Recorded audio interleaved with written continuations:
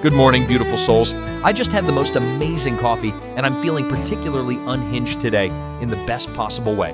And that's exactly why we keep you caffeinated, Alex. Welcome everyone to Blue Mountain Morning. It's Tuesday, March 4th, and the sun is just starting to paint the sky in these incredible shades of possibility. Oh my gosh, Mark, you always know how to make mornings sound so poetic.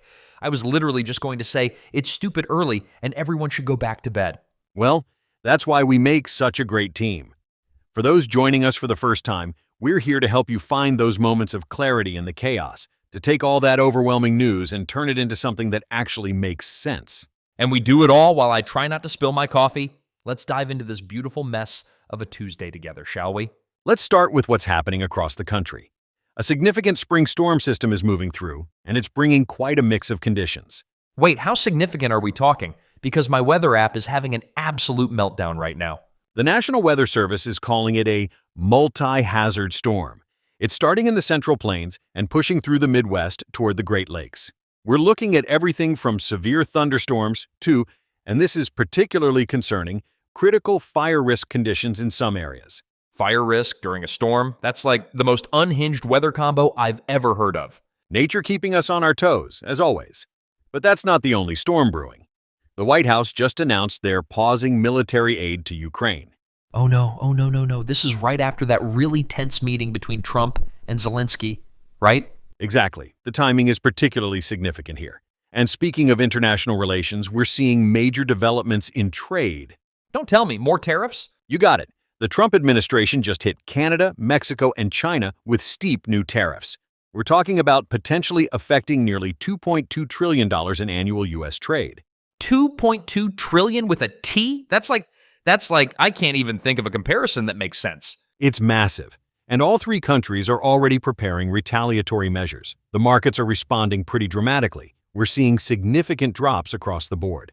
So basically, we're in a full-blown trade war now? Like an actual trade war with our neighbors and largest trading partners? That's exactly what we're looking at. And it's worth noting that this comes at a time when global supply chains are already under significant strain. I feel like I need another coffee just to process all of this. This is a lot for a Tuesday morning. And that's precisely why we're here, to help break it down and make sense of it all. The key thing to remember is that while these are significant developments, they're part of larger patterns of reshoring, protectionism, and elements of isolationism we've been tracking.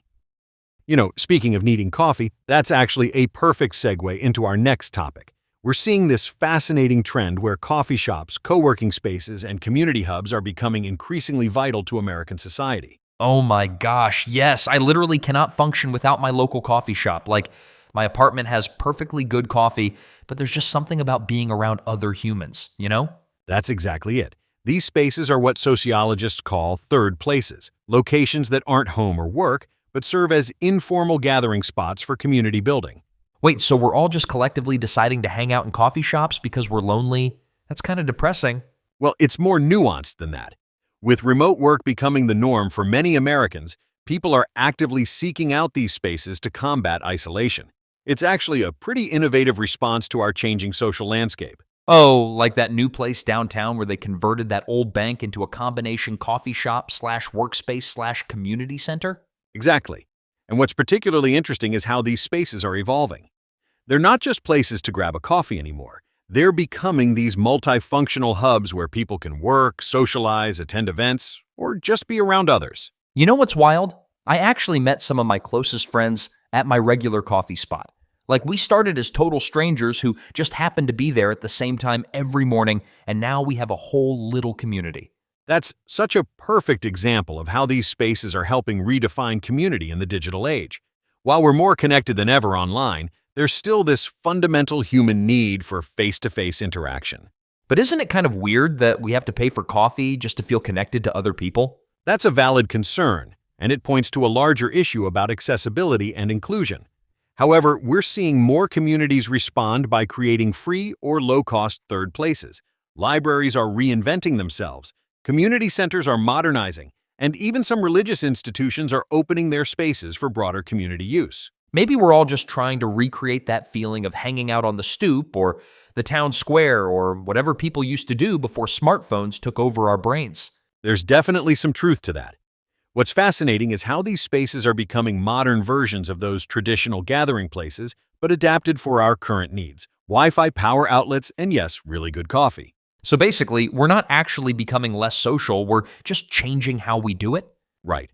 And these third places are playing a crucial role in helping us navigate that change, especially as more Americans report feeling disconnected or isolated.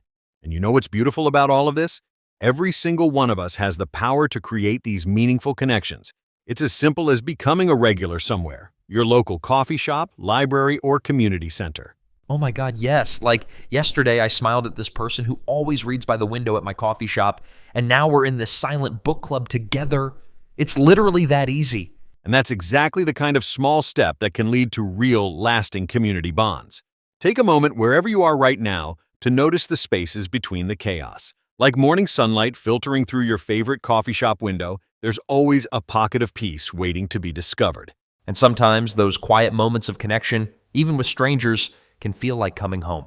Remember, community isn't just a place, it's a feeling we create together, one small interaction at a time.